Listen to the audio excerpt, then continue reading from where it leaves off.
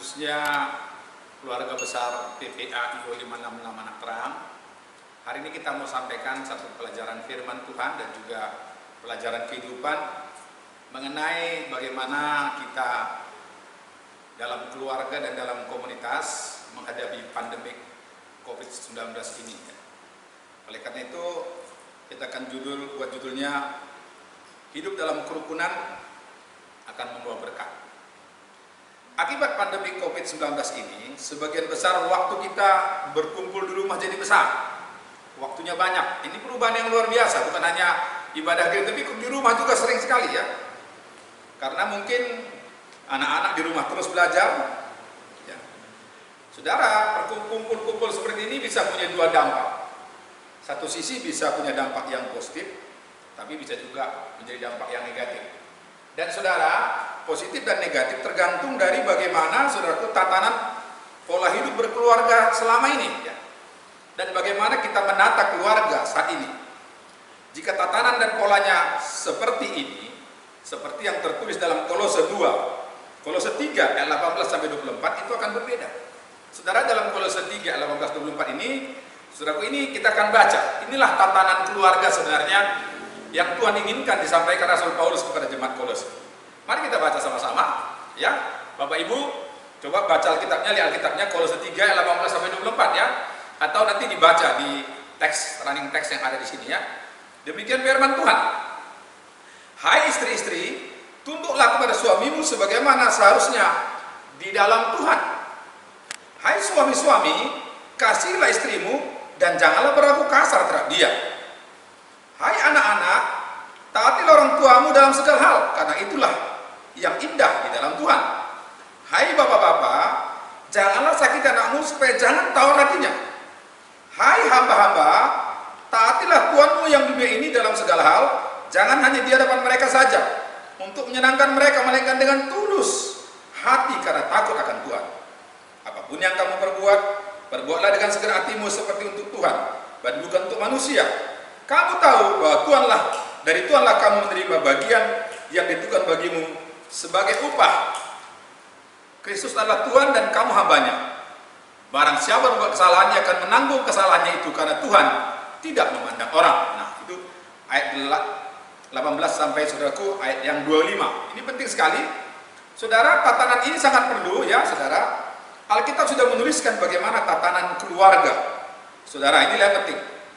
Jadi saudara, supaya kita mengalami berkat Tuhan, maka kita perlu tatanan seperti ini ya. Kadang-kadang saudara kalau dikumpul seperti ini, karena mungkin selama ini tidak melakukan tatanan ini, maka ketika di rumah, nah ketika kita berikan kepada Bapak Ibu sekalian bahan firman Tuhan, bahan belajar, anak-anak perlu belajar di rumah. Nah, saudara, ini banyak ditentukan oleh tatanan yang ada dalam keluarga. Nah, dari Alkitab ini kita bisa lihat, saudaraku, bapak-bapak sebagai imam atau raja. Bapak sebagai imam dan raja, saudara. Ibu adalah penolong atau wakil raja, dan anak sebagai anggota atau staf, saudara. Kemudian saudara, dalam pekerjaan, saudaraku, Tuhan sebagai imam ya. Saudaraku, dalam pekerjaan kita yang ada, apapun dia, Tuhan sebagai imam. Katakanlah mungkin dalam pengaturan pekerjaan dapur itu ibu sebagai imam yang menata ya, saudaraku. Kemudian saudaraku, karyawan atau orang yang kerja itu sebagai, saudaraku, sebagai orang yang harus taat, baik dilihat dan tidak dilihat, saudara. Nah, kalau ini terjadi, saudaraku, maka ketika akan terjadi kerukunan. Kenapa? Semua akan berjalan baik ketika katakan, ayo mari kita ibadah. Ketika Bapak bicara itu beda, saudara. Karena ada wibawa sebagai seorang imam, maka rumah akan berbeda ya. Saudaraku, oleh karena itu kenapa? Dikatakan kalau Bapak itu sebagai imam, ibu sebagai penolong, anak sebagai jemaat, umat, saudara dan anggota, kemudian di dalam pekerjaan ada imam, maka saudara ada imam bagian mengatur rumah tangga belakang, imam pengaturan, saudara. Mungkin ketika Bapak mengatakan, ayo kita gotong royong, maka semua akan baik, saudara, dan akan rukun. Karena saudara, ketika tatanan kerja, maka itu seperti sebuah payung, saudara. Payung yang terbuka, Bapak sebagai tudungnya, mama sebagai tiangnya, anak-anak saudaraku yang di bawahnya memegang tiang-tiang sehingga saudaraku berjalan dengan baik. Oleh karena itu, saudara, ini akan membuat hal yang luar biasa ya. Akan terjadi kerukunan luar. Tapi karena mungkin selama ini nggak biasa seperti itu, kadang-kadang Bapak bilang gini, mama aja lah semua. kalian ajalah. Saudara, itu tidak seperti itu yang diinginkan Tuhan, saudara. Sebab apa? Sebab kalau itu sudah berubah tatanannya, saudara. Bagaimana kalau payung seandainya tiangnya ke atas, lalu saudaraku tutup payungnya di bawah?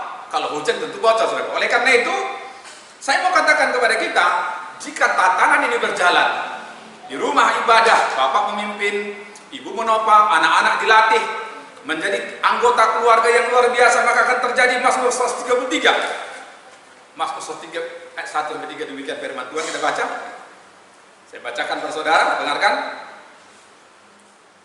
Sungguh alangkah baiknya dan indahnya apabila saudara-saudara diam bersama dengan rukun.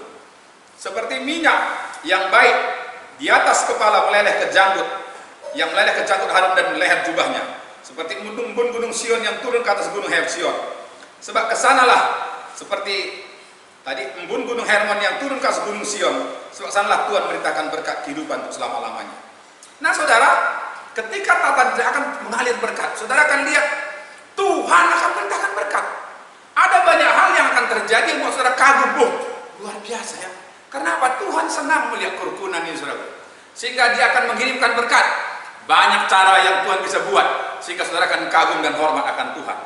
Saudara, karena semua akan tertib dan rapi. Bahkan masa-masa penantian ini, stay at home ini, akan terjadi banyak kegiatan-kegiatan yang produktif di keluarga.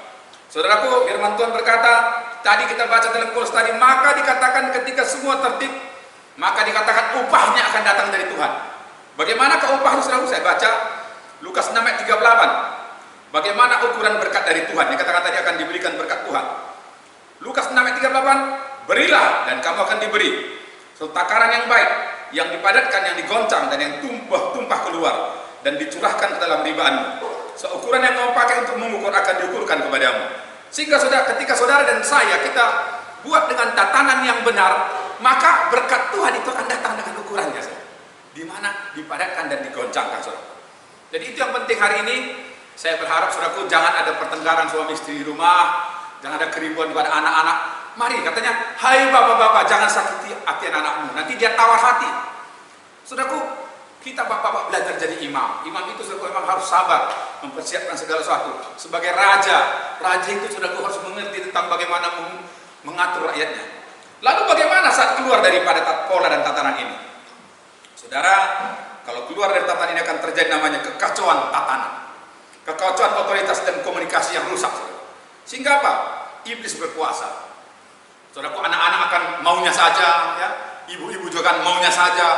Bapak-bapak juga pergi, aku nggak ada kerja, udahlah aku kerja tua saja, kemana saja. Sehingga selalu terjadi kekacauan. Keuangan yang terbatas waktu ini akan terjadi kacauan ketika tidak sanggup untuk menggunakannya, saudara. Keuangan akan kacau. Mungkin kalau bapak-bapak yang selama ini ngerokoknya banyak, minum tua, dia akan gunakan sehingga tidak lagi makan, saudara. Oleh karena itu akan terjadi iblis berkuasa. Sebab Yohanes 10 ayat 10 katakan, pencuri, iblis datang untuk mencuri, membunuh dan binasakan. Akan terjadi pertengkaran, akan terjadi ketidakdamaian, akan mencari pelarian yang salah. Anak-anak juga akan lari kesana kemari. Akhirnya saudaraku, mungkin jangan nanti dia akan bawa sebagai carrier pembawa COVID ke rumah kita. Oleh karena itu hari ini saya katakan kepada kita semua, kepada orang tua PPA, kepada jemaat, semua kita yang ada di sini yang mendengar firman Tuhan ini, mari kita buat tatanan yang benar. Amin. Jadilah bapak-bapak sebagai imam, ibu sebagai penolong, anak sebagai jemaat. Saudaraku, orang-orang yang menata pekerjaan menjadi imam, mengaturkannya, mensosialisasikannya, membuat segalanya baik. Baik saudaraku, para guru-guru semua di sini, para saudaraku sekolah-sekolah yang sekarang sedang belajar di rumah, mari kita ikut aturannya semua, saudaraku. Saya melihat ada beberapa guru yang diatur oleh kepala sekolah supaya begini-begitu. Kadang-kadang dia nggak berikan tugas-tugasnya, ya. Kepada mentor-mentor juga berikan tugas-tugas tepat pada waktu. Supaya apa? Berkat Tuhan akan diberikan. Kita percaya Tuhan akan buka berkat. Saudara akan lihat sendiri bagaimana nanti berkat Tuhan akan melimpah bagi kita. Oleh karena itu, dan itu akan juga mengalir kepada PPA kita.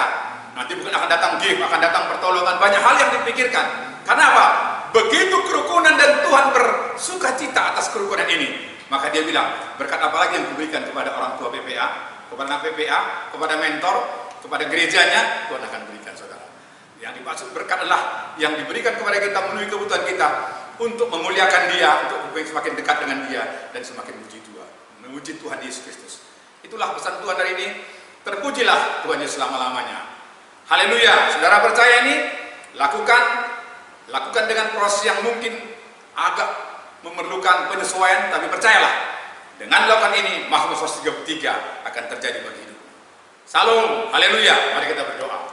Bapa di sorga, kami berdoa, biarlah tatanan dan pola keluarga kami, pola hidup kami semua benar-benar seperti apa yang Kau inginkan. Sebagaimana dalam Kolose 3 ayat 18-25 itu terjadi bagi kami, supaya Tuhan kami hidup dalam kerukunan, dalam berkat Tuhan yang melimpah yang Kau sediakan, sehingga selama pandemi ini kami akan bersuka cita, bahkan ketika selesai kami akan menikmati janji-Mu yang luar biasa. Diberkatilah setiap keluarga yang mendengar firman Tuhan ini, diberkatilah kami semua, dan dimuliakanlah nama-Mu dalam nama Tuhan Yesus. Haleluya, amin.